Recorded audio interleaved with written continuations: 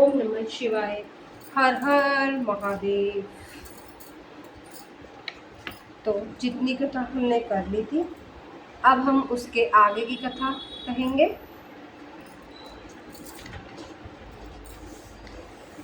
हमने 19वां अध्याय पढ़ लिया था, अब हम 20वां अध्याय से स्टार्ट करते हैं। पार्थिव लिंग पूजन की विधि। पार्थिव लिंग की श्रेष्ठता तथा महिमा का वर्णन करते हुए सूत जी ने कहा, हे श्रेष्ठ महर्षियों, वैदिक कर्मों के प्रति श्रद्धा भक्ति रखने वाले मनुष्यों के लिए पार्थिव लिंग पूजा पद्धति ही परम उपयोगी एवं श्रेष्ठ है तथा भोग एवं मोक्ष प्रदान करने वाली है। सर्वप्रथम सूत्रों की विधि से स्नान करें, संध्या उपासना के उपरांत ब्रह्म यज्ञ करें, तत्पश्चात देवताओं, ऋषियों, मनुष्यों और पितरों का तर्पण करें। सब नित्य कर्मों को करके शिव भगवान का स्मरण करते हुए भस्म तथा रुद्राक्ष को धारण करें। फिर पूर्ण भक्ति भाव से पार्थिव लिंग की पूजन करें। ऐसा करने से संपूर्ण मनोवांछित फलों की प्राप्ति होती है। किसी नदी या तालाब के किनारे, पर्वत पर या जंगल में या शिवालय में अथवा अन्य किसी भी पवित्र स्थान पर पार्थिव पूजन करना चाहिए। पवित्र स्थान की मिट्टी से शिवलिंग का निर्माण करें। ब्राह्मण श्वेत मिट्टी से, क्षत्रिय लाल मिट्टी से, वैश्य पीली मिट्टी से एवं शूद्र काली मिट्टी से शिवलिंग का निर्माण करें। शिवलिंग हेतु मिट्टी को एकत्र करें, उसे गंगा जल से शुद्ध करके धीरे धीरे उससे लिंग का निर्माण करें तथा इस संसार के सभी भोगों को तथा संसार से मोक्ष प्राप्त करने हेतु पार्थिव लिंग का पूजन भक्ति भावना से करें। सर्वप्रथम ओम नमः शिवाय मंत्र का उच्चारण करते हुए समस्त पूजन सामग्री को एकत्र करें और उसे जल से शुद्ध करें। भूर्सी मंत्र द्वारा क्षेत्र की सिद्धि करें। फिर जल का संस्कार करें। स्फटिक शिला का घेरा बनाएं तथा क्षेत्र शुद्धि करें। तत्पश्चात शिवलिंग की प्रतिष्ठा करें तथा वैदिक रीति से पूजा उपासना करें। भगवान शिव का आह्वान करें तथा आसन पर उन्हें स्थापित करें। उनके समक्ष आसन पर स्वयं बैठ जाएं। शिवलिंग को दूध, दही और घी से स्नान कराएं। ऋचाओं से मधु और शक्कर से स्नान कराएं। ये पांचों वस्तुएं दूध, दही, घी, शहद और शक्कर पंचामृत कहलाते हैं। इन्हीं वस्तुओं से लिंग को स्नान कराएं। तदोपरांत उत्तरीय धारण कराएं। चारों ऋचाओं को पढ़कर भगवान शिव को वस्त्र तथा यज्ञोपवीत समर्पित करें तथा सुगंधित चंदन एवं रोली अक्षत चढ़ाएं। फूल और बेलपत्र भी अर्पित करें। नैवेद्य और फल अर्पित कर 11 रुद्रों का पूजन कर तथा पूजन कर्म करने वाले पुरोहितों को दक्षिणा दें। हर महेश्वर, शंभु, शूलपणि, पिनाक धारी, शिव, पशुपति महादेव, गिरजापति आदि नामों से पार्थिव लिंग का पूजन करें तथा आरती करें। शिवलिंग की परिक्रमा करें तथा भगवान शिव को साक्षात प्रणाम करें। पंचाक्षर मंत्र तथा 16 उपचारों से विधिवत पूजन करें। इस प्रकार पूजन करते हुए भगवान शिव से इस प्रकार की प्रार्थना करें, सबको सुख समृद्धि प्रदान करने वाले हे कृपानिधि भूतनाथ शिव, आप मेरे प्राणों में बसते हैं, आपके गुण ही मेरे प्राण हैं, आप मेरे सब कुछ है। मेरा मन सदैव आपका ही चिंतन करता है। हे प्रभु, यदि मैंने कभी भूलवश अथवा जानबूझकर भक्ति पूर्वक आपका पूजन किया है तो वह सफल हो जाए। मैं महापापी हूँ, पतित के सिद्धांतों के परम ज्ञाता हैं। अब तक कोई भी आपको पूर्ण रूप से नहीं जाना है, फिर भला मुझे जैसा पापी मनुष्य को कैसे जान सकता है। हे महेश्वर, मैं पूर्ण रूप से आपके अधीन हूँ। हे प्रभु, कृपा कर मुझ पर प्रसन्न होइए और मेरी रक्षा कीजिए। इस प्रकार प्रार्थना करने के बाद भगवान शिव को फूल व अक्षत चढ़ाकर प्रणाम कर आदर पूर्वक विसर्जन करें। हे मुनियों, इस प्रकार की गई भगवान शिव की पूजा भोग और मोक्ष प्रदान करने वाली एवं भक्ति भाव बढ़ाने वाली है। 21वां अध्याय शिवलिंग की संख्या। सूत जी बोले, महर्षियों, पार्थिव लिंगों की पूजा करोड़ों यज्ञों का फल देने वाली है। कलयुग में शिवलिंग पूजन मनुष्यों के लिए सर्वश्रेष्ठ है। यह भोग और मोक्ष देने वाला एवं शास्त्रों का निश्चित सिद्धांत है। शिवलिंग 3 प्रकार के हैं, उत्तम, मध्यम और अधम। 4 अंगुल ऊंचे वेदी से युक्त सुंदर शिवलिंग को उत्तम शिवलिंग कहते हैं। उससे आधा मध्यम तथा मध्यम से आधा अधम कहलाता है। ब्राह्मण, क्षत्रिय, वैश्य, शूद्रों को वैदिक उपचारों से आदर पूर्वक शिवलिंग की पूजा करनी चाहिए। ऋषि बोले, हे सूत जी, शिव जी के पार्थिव लिंग की कुल कितनी संख्याएं हैं? सूत जी बोले, हे ऋषि, पार्थिव लिंग की सभी संख्या मनोकामनाओं पर निर्भर करती है। बुद्धि की प्राप्ति के लिए सद्भावना पूर्वक 1000 पार्थिव शिवलिंग का पूजन करें। धन की प्राप्ति के इच्छुक 1500 शिवलिंगों का तथा वस्त्र प्राप्ति हेतु 500 शिवलिंगों का पूजन करें। भूमि का इच्छुक 1000, दया भाव चाहने वाला 3000, तीर्थ यात्रा करने की चाह रखने के लिए 2000 तथा मोक्ष की प्राप्ति के लिए मनुष्य 1 करोड़ प्राथमिक लिंगों की वेद तो विधि से पूजा आराधना करें। आपकी मनोकामना के अनुसार शिवलिंगों की पूजा करें। पार्थिव लिंगों की पूजा करोड़ों यज्ञों का फल देने वाली है तथा उपासक को भोग और मोक्ष प्रदान करती है। इसके समान कोई और श्रेष्ठ नहीं है, अर्थात यह सर्वश्रेष्ठ है। शिवलिंग की नियमित पूजा अर्चना से मनुष्य सभी विपत्तियों से मुक्त हो जाता है। शिवलिंग का नियमित पूजन भव सागर से तरने का सबसे सरल और उत्तम उपाय है। हर रोज लिंग का पूजन वैदिक विधि से करना चाहिए। भगवान शंकर का नैवेद्यान पूजन करना चाहिए। भगवान शंकर की 8 मूर्तियाँ पृथ्वी, जल, अग्नि, वायु, आकाश, सूर्य, चंद्रमा तथा यजमान हैं। इसके अतिरिक्त शिव, भव, रुद्र, उग्र, भीम, ईश्वर, महादेव तथा पशुपति नामों का भी पूजन करें। अक्षत, चंदन और बेलपत्र लेकर भक्तिपूर्वक शिव जी का पूजन करें तथा उनके परिवार, जिसमें ईशान, नंदी, चंड, महाकाल, भृंगी, वृष, स्कंद, कपर्दीश्वर, शुक्र तथा सोम है का 10 दिशाओं में पूजन करें। शिवजी के वीरभद्र और कीर्तिमुख के पूजन के पश्चात 11 रुद्रों की पूजा करें। पंचाक्षर मंत्र का जाप करें तथा शतरुद्रीय और शिव पंचांग का पाठ करें। इसके उपरांत शिवलिंग की परिक्रमा कर शिवलिंग का विसर्जन करें। रात्रि के समय समस्त देव कार्यों को उत्तर दिशा की ओर मुख करके ही रहना चाहिए। पूजन करते समय मन में भगवान शिव का स्मरण करना चाहिए। जिस स्थान पर शिवलिंग स्थापित हो वहां पर पूर्व, पश्चिम और उत्तर दिशा में ना बैठे, क्योंकि पूर्व दिशा भगवान शिव के सामने पड़ती है और इष्ट देव का सामना नहीं रोकना चाहिए। उत्तर दिशा में शक्ति स्वरूपा देवी उमा विराजमान रहती है। पश्चिम दिशा में भगवान में शिवजी का पीछे का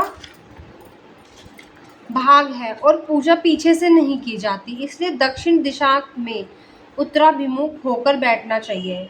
शिव के उपासकों को भस्म से त्रिपुंड लगाकर रुद्राक्ष की माला, बेलपत्र और आदि लेकर भगवान का पूजन करना चाहिए। यदि भस्म ना मिले तो मिट्टी से ही त्रिपुंड का निर्माण करके पूजा करनी चाहिए। 22वां अध्याय शिव नैवेद्य और बिल्व महात्म्य।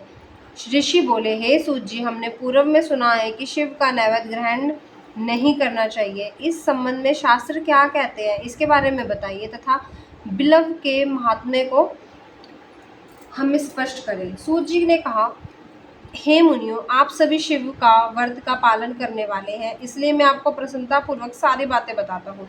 आप ध्यान पूर्वक सुने।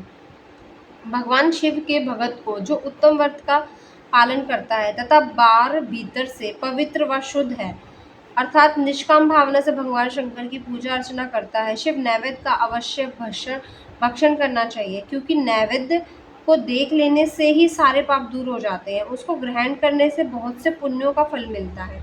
नैवेद्य को खाने से हजारों और अरबों यज्ञों का पुण्य अंदर आ जाता है। जिसके घर में शिवजी के नैवेद्य का प्रचार होता है उसका घर तो पवित्र है ही, बल्कि वह साथ के अन्य घरों को भी पवित्र कर देता है। इसलिए सिर झुकाकर प्रसन्नता पूर्वक एवं भक्ति भावना से इसे ग्रहण करें और इसे खा लें। जो मनुष्य से ग्रहण करने या लेने में विलंब करता है वह पाप का भोगी है। शिव की दीक्षा से युक्त शिव भक्त के लिए नैवेद्य महाप्रसाद है। जो मनुष्य भगवान शिव के अलावा अन्य देवताओं की दीक्षा भी धारण किए है, उनके संबंध में ध्यान पूर्वक सुनिए। ब्राह्मणों, जहाँ से शालग्राम शिला की उत्पत्ति होती है, वहाँ उत्पन्न लिंग में, रसलिंग में, पाषाण, रजत तथा सुवर्ण से निर्मित लिंग में, देवताओं तथा सिद्धों द्वारा प्रतिष्ठित लिंग में, केसरलिंग, स्फटिक लिंग, रतन निर्मित लिंग तथा समस्त ज्योतिर्लिंगों में विराजमान भगवान शिव के नैवेद्य को ग्रहण करना चांद्रायण व्रत के समान पुण्यदायक है। शिव नैवेद्य भक्षण करने एवं उसे सिर पर धारण करने से ब्रह्म हत्या के पाप से भी छुटकारा मिल जाता है और मनुष्य पवित्र हो जाता है। परंतु जहाँ चंडालों का अधिकार हो वहाँ का महाप्रसाद भक्ति पूर्वक भक्षण नहीं करना चाहिए। बाणलिंग, लोह निर्मित लिंग, सिद्धलिंग, उपासना से प्राप्त अर्थात सिद्धों द्वारा स्थापित लिंग, स्वयंभू लिंग एवं मूर्तियों का जहाँ पर चंड का अधिकार नहीं है, जो मनुष्य भक्ति पूर्वक स्नान कर उस जल का 3 बार आचमन करता है, उसके सभी कायिक, वाचिक तथा मानसिक पाप नष्ट हो जाते हैं। जो वस्तु भगवान शिव को अर्पित की जाती है वह अत्यंत पवित्र मानी जाती है। हे ऋषियों, बिल्व अर्थात बेल का वृक्ष महादेव का रूप है। देवताओं द्वारा इसकी स्तुति की गई है। तीनों लोकों में स्थित सभी तीर्थ बिल्व में ही निवास करते हैं, क्योंकि इसकी जड़ में लिंग रूपी महादेव जी का वास है। जो इसकी पूजा करता है वह निश्चय ही शिवप्रद प्राप्त करता है। जो मनुष्य बिल्व की जड़ के पास अपने मस्तक को जल से सींचता है, उसे संपूर्ण तीर्थ स्थलों पर स्नान का फल प्राप्त होता है। बिल्व की जड़ों को पूरा पानी से भरा देखकर भगवान शिव संतुष्ट एवं प्रसन्न होते हैं। जो मनुष्य बिल्व की जड़ों अर्थात मूल भाग का गंध, पुष्प इत्यादि से पूजन करता है वह सीधा शिवलोक को जाता है। उसे संतान और सुख की प्राप्ति होती है। भक्ति पूर्वक पवित्र मन से बिल्व की जड़ में दीपक जलाने वाला मनुष्य सब पापों से छूट जाता है। इस वृक्ष के नीचे जो मनुष्य एक शिव भक्त ब्राह्मण को भोजन कराता है, उसे 1 करोड़ ब्राह्मणों को भोजन कराने का फल मिलता है। इस वृक्ष के नीचे दूध, घी में पके अन्न का दान देने से दरिद्रता दूर हो जाती है। हे ऋषियों, प्रवृत्ति और निवृत्ति के 2 मार्ग हैं। प्रवृत्ति के मार्ग में पूजा पाठ करने से मनोरथ पूर्ण हो जाते हैं। यह संपूर्ण अभीष्ट फल प्रदान करता है। किसी सुपात्र गुरु द्वारा विधि विधान से पूजन कराएं। अभिषेक के बाद अग्नि चावल से बना नैवेद्य अर्पण करें। पूजा के अंत में शिवलिंग को संपूर्ण में विराजमान कर घर में किसी शुद्ध स्थान पर रख दें। निवृत्ति मार्गी उपासकों को हाथ में ही पूजन करना चाहिए। भिक्षा में प्राप्त भोजन को ही नैवेद्य के रूप में अर्पित करें। निवृत्ति पुरुषों के लिए सूक्ष्म लिंग ही श्रेष्ठ है। विभूति से पूजन करें तथा विभूति को ही निवेदित करें। पूजा करने के उपरांत लिंग को मस्तक पर धारण करें। 23वां अध्याय शिव नाम की महिमा। ऋषि बोले, हे व्यास शिव शिष्य सूत जी, आपको नमस्कार है। हम पर कृपा कर हमें परम उत्तम रुद्राक्ष तथा शिव नाम की महिमा का महात्म्य सुनाइए। सूत जी बोले, हे ऋषियों, आपने बहुत ही उत्तम तथा समस्त लोगों के हित की बात पूछी है। भगवान शिव की उपासना करने वाले मनुष्य धन्य हैं। उनका मनुष्य होना सफल हो गया, साथ ही शिव भक्ति से उनके कुल का उद्धार हो गया। जो मनुष्य अपने मुख से सदाशिव और शिव नामों का आचरण करता है, पाप उनका स्पर्श भी नहीं कर पाता। भस्म, रुद्राक्ष और शिव नाम त्रिवेणी के समान महापुण्य में है। इन तीनों के निवास और दर्शन मात्र से ही त्रिवेणी के स्नान का फल में प्राप्त हो जाता है। इनका निवास जिसके शरीर में होता है, उसके दर्शन से ही सभी पापों का विनाश हो जाता है। भगवान शिव का नाम गंगा है। विभूति, भस्म, यमुना मानी गई है तथा रुद्राक्ष को सरस्वती कहा गया है। इनकी संयुक्त त्रिवेणी समस्त पापों का नाश करने वाली है। हे श्रेष्ठ ब्राह्मणों, इनकी महिमा सिर्फ भगवान महेश्वर ही जानते हैं। यह शिव नाम का महात्म्य समस्त पापों को हर लेने वाला है। शिव नाम अग्नि है और महापाप पर्वत है। इस अग्नि से पाप रूपी पर्वत जल जाते हैं। शिव नाम को जपने मात्र से ही पाप मूल नष्ट हो जाते हैं। जो मनुष्य इस पृथ्वी लोक में भगवान शिव के जाप में लगा हुआ रहता है, वह विद्वान, पुण्यात्मा और वेदों का ज्ञाता है। उसके द्वारा किए गए धर्म कर्म फल देने वाले हैं। जो भी मनुष्य शिव नाम रूपी नौका पाकर भवसागर को तर जाते हैं, उनके भवरूपी पाप निसंदेह ही नष्ट हो जाते हैं। जो पाप रूपी दावानल से पीड़ित है, उन्हें शिव नाम रूपी अमृत का पान करना चाहिए। हे मुनीश्वरों, जिसने अनेक जन्मों तक तपस्या की है, उसे ही पापों का नाश करने वाली शिव भक्ति की प्राप्ति होती है। जिस मनुष्य के मन में कभी ना खंडित होने वाली शिव भक्ति प्रकट हुई है, उसे ही मोक्ष मिलता है। जो अनेक पाप करके भी भगवान शिव के नाम जप में आदरपूर्वक लग गया है, वह समस्त पापों से मुक्त हो जाता है। इसमें जरा भी कोई संशय नहीं है। जिस प्रकार जंगल में दावानल से दग्ध हुए वृक्ष भस्म हो जाते हैं, उसी प्रकार शिव नाम रूपी दावानल से दग्ध होकर उसके सारे पाप भस्म हो जाते हैं। जिसके भस्म लगाने से अंग पवित्र हो गए हैं और जो आदर से शिव नाम जपता है वह इस अथाह भव सागर से पार हो जाता है। संपूर्ण वेदों का अवलोकन करके महर्षि ने शिव नाम को संसार सागर को पार करने का उपाय बताया है। भगवान शंकर के नाम में भी पाप को समाप्त करने की इतनी शक्ति है कि उतने पातक कभी कोई मनुष्य कर ही नहीं सकता। पूर्व काल में इंद्रद्युम्न नाम का एक महापापी राजा हुआ था और एक ब्राह्मण युवती जो बहुत पाप कर चुकी थी। शिव नाम के प्रभाव से दोनों उत्तम गति को प्राप्त हुए। हे द्विजों, इस प्रकार मैंने तुमसे शिव नाम की महिमा का वर्णन करा है। 24वां अध्याय, भस्म धारण की महिमा। सूत जी ने कहा, हे ऋषियों, अब मैं तुम्हारे लिए समस्त वस्तुओं को पावन करने वाले भस्म का महात्म्य सुनाता हूँ। भस्म दो प्रकार की होती है, एक महाभस्म और दूसरी सवलभ भस्म। महाभस्म के भी अनेक भेद हैं। ये 3 प्रकार की होती है, श्रोता, स्मार्त और लौकिक। श्रोता और स्मारक भस्म केवल ब्राह्मणों के ही उपयोग के लिए होती है। लौकिक भस्म का उपयोग सभी मनुष्यजन कर सकते हैं। ब्राह्मणों को वैदिक मंत्रों का जाप करते हुए भस्म धारण करनी चाहिए तथा अन्य मनुष्य बिना मंत्रों के भस्म धारण कर सकते हैं। उपलों से सिद्ध की हुई भस्म आग्नेय भस्म कहलाती है। यह त्रिपुंड का द्रव्य है। अन्य यज्ञों से प्रकट हुई भस्म भी त्रिपुंड धारण के काम आती है। जाबली उपनिषद के अनुसार अग्नि इत्यादि मंत्रों द्वारा 7 बार जल में भिगोकर शरीर में भस्म लगाएं। तीनों संध्याओं में जो शिव भस्म से त्रिपुंड लगाता है वह सब पापों से मुक्त होकर शिव की कृपा से मोक्ष पाता है। त्रिपुंड और भस्म लगाकर विधि पूर्वक जाप करें। भगवान शिव और विष्णु ने भी त्रिपुंड धारण किया है। अन्य देवताओं देवियों सहित भगवती उमा और देवी लक्ष्मी ने इनकी प्रशंसा की है। ब्राह्मणों, क्षत्रियों, वैश्य, शूद्रों, वर्ण संकरों तथा जाति भ्रष्ट पुरुषों ने भी उद्दुलन एवं त्रिपुंड रूप में भस्म धारण की है। महर्षियों, इस प्रकार संक्षेप में मैंने त्रिपुंड का महात्म्य बताया है। यह समस्त प्राणियों के लिए गोपनीय है। ललाट अर्थात माथे पर भुए के मध्य भाग से भोहे के अंत भाग जितना बड़ा त्रिपुंड ललाट में धारण करना चाहिए। मध्यमा और अनामिका अंगुली से 2 रेखाएं करके अंगूठे द्वारा बीच में सीधी रेखा त्रिपुंड कहलाती है। त्रिपुंड अत्यंत उत्तम तथा भोग और मोक्ष देने वाला है। त्रिपुंड की एक एक रेखा में 9 देवता हैं जो सभी अंगों में स्थित है। प्रणव का प्रथम अक्षर आकार, ग्रहपत्य, अग्नि, पृथ्वी, धर्म, रजोगुण, ऋग्वेद, क्रियाशक्ति, प्रातःसवन तथा महादेव, ये त्रिपुंड की प्रथम रेखा 9 देवता है। प्रणव का दूसरा अक्षर उकार, दक्षिणाग्नि, आकाश, सत्वगुण, यजुर्वेद, मध्य दिन, सवन, इच्छा शक्ति, अंतरात्मा तथा महेश्वर, ये दूसरी रेखा के 9 देवता है।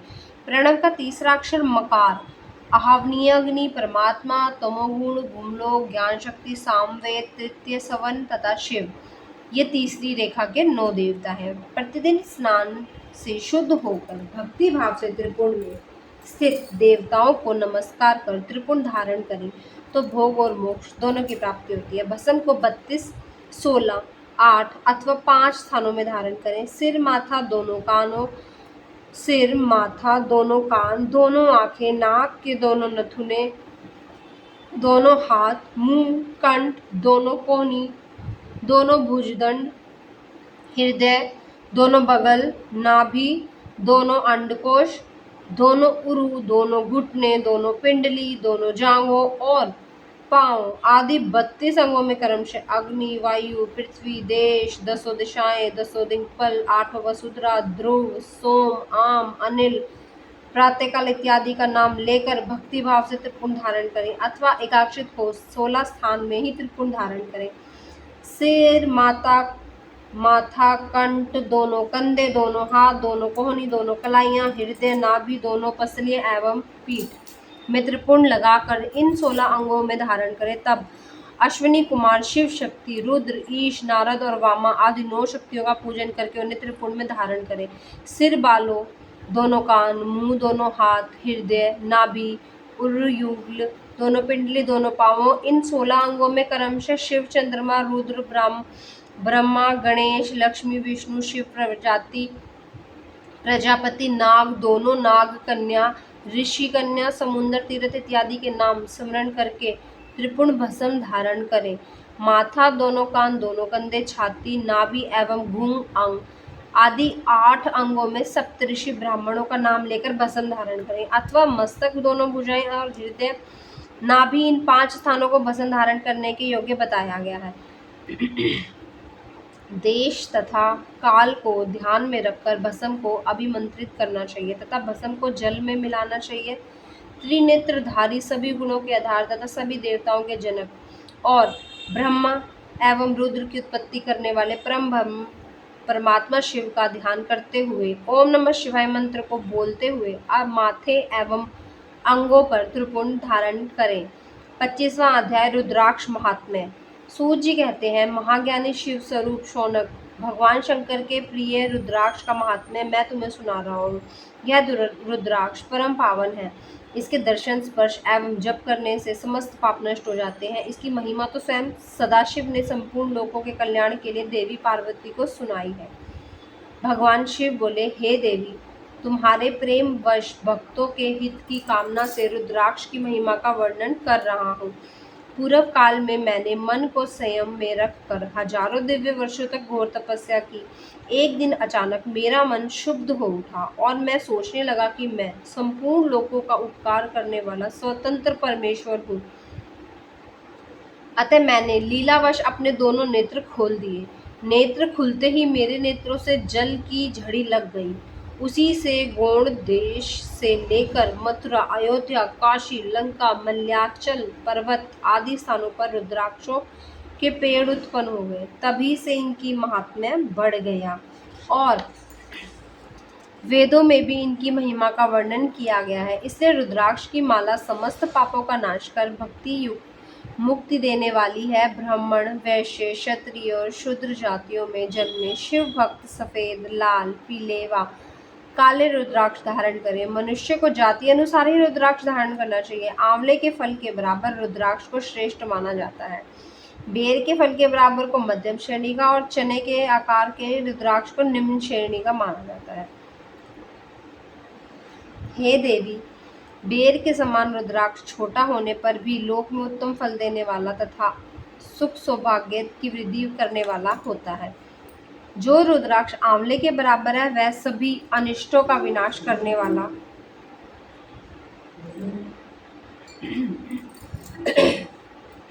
तथा सभी मनोरथों को पूर्ण करने वाला होता है।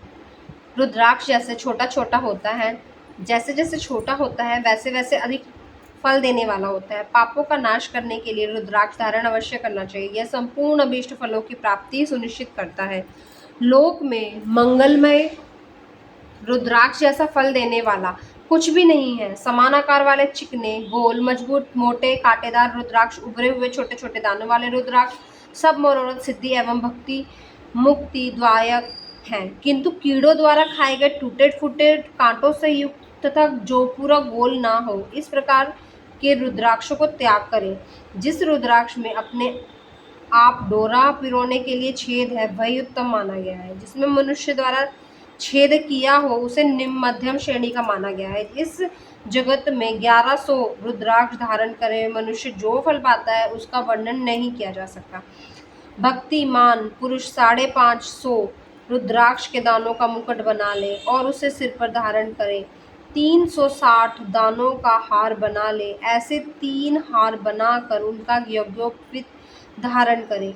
महर्षियों सिर पर निशान मंत्र से, कान में तत्पुरुष मंत्र से रुद्राक्ष धारण करना चाहिए। गले में रुद्राक्ष, मस्तक पर त्रिपुंडधारी रुद्राक्ष। पहले ओम नमः शिवाय मंत्र का जाप करने वाला मनुष्य यमपुर को नहीं जाता। रुद्राक्ष माला पर मंत्र जपने का करोड़ गुना फल मिलता है। 3 मुख वाला रुद्राक्ष साधन सिद्ध करता है एवं विद्याओं में निपुण बनाता है। 4 मुख वाला रुद्राक्ष ब्रह्म स्वरूप है। इसके दर्शन एवं पूजन से नर हत्या का पाप छूट जाता है। यह धर्म, अर्थ, काम, मोक्ष आदि चारों पुरुषार्थों को फल देता है। 5 मुख वाले रुद्राक्ष को कालाग्नि अग्नि अर्थात पंचमुखी कहा जाता है। यह सर्व मनोकामना पूर्ण करने वाला और मोक्ष प्रदान करता है। अभोग्य स्त्रियों को भोगने के पाप तथा भक्षण के पापों से भी मुक्त करता है। 6 मुखी रुद्राक्ष कार्तिकेय का स्वरूप है। इसको सीधी बाह में बांधने से ब्रह्म हत्या के दोष से मुक्ति मिलती है। सप्तमुखी रुद्राक्ष को धारण करने से धन की प्राप्ति होती है। 8 मुखी से भैरव का स्वरूप होता है। 8 मुखी वाला रुद्राक्ष भैरव का स्वरूप है।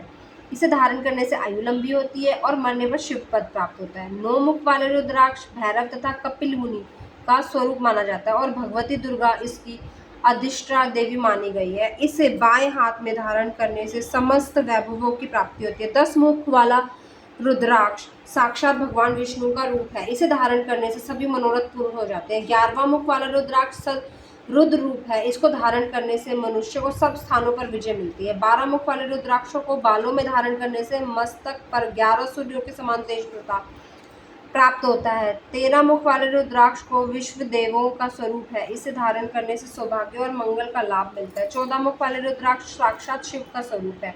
इसे भक्ति पूर्वक मस्तक पर धारण करने से समस्त पापों का नाश हो जाता है। इस प्रकार मुखों के भेद से रुद्राक्ष के 14 भेद बताए गए हैं। हे पार्वती जी, अब मैं तुम्हें रुद्राक्ष धारण के मंत्र सुनाता हूँ।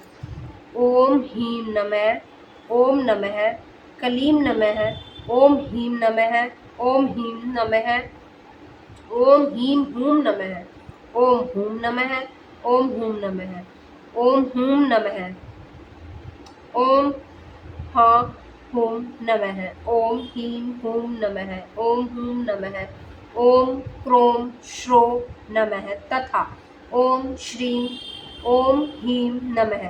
इन 14 मंत्रों द्वारा क्रमशः 1 से लेकर 14 मुख वाले रुद्राक्ष को धारण करने का विधान है। साधक को नींद और आलस्य का त्याग कर श्रद्धा भक्ति से मंत्रों द्वारा रुद्राक्ष धारण करना चाहिए। रुद्राक्ष की माला धारण करने वाले मनुष्य को देखकर भूत प्रेत पिशाच डाकिनी शाकिनी दूर भाग जाते हैं। रुद्राक्षधारी पुरुषों को देखकर स्वयं में भगवान विष्णु, देवी दुर्गा, गणेश, सूर्य, अन्य देवता भी प्रसन्न हो जाते हैं। इसलिए धर्म की वृद्धि के लिए भक्ति पूर्वक मंत्रों द्वारा विधिवत रुद्राक्ष धारण करना चाहिए। मुनीश्वर, भगवान शिव ने देवी पार्वती से जो कुछ कहा था वह मैंने आपको कह सुनाया है। मैंने आपके समक्ष विदेश्वर संहिता का वर्णन किया है। यह संहिता संपूर्ण सिद्धियों को देने वाली तथा भगवान शिव की आज्ञा से मोक्ष प्रदान करने वाली है। जो मनुष्य से नित्य पढ़ते एवं सुनते हैं वे पुत्र पौत्रादि के सुख भोगकर सुखमय जीवन व्यतीत करके अंत में शिव रूप होकर मुक्त हो जाते हैं। ओम नमः शिवाय। हर हर महादेव। आज के लिए अब इतना ही। फिर अगले पार्ट में आपको आगे कथा सुनाई जाएगी। हर हर महादेव।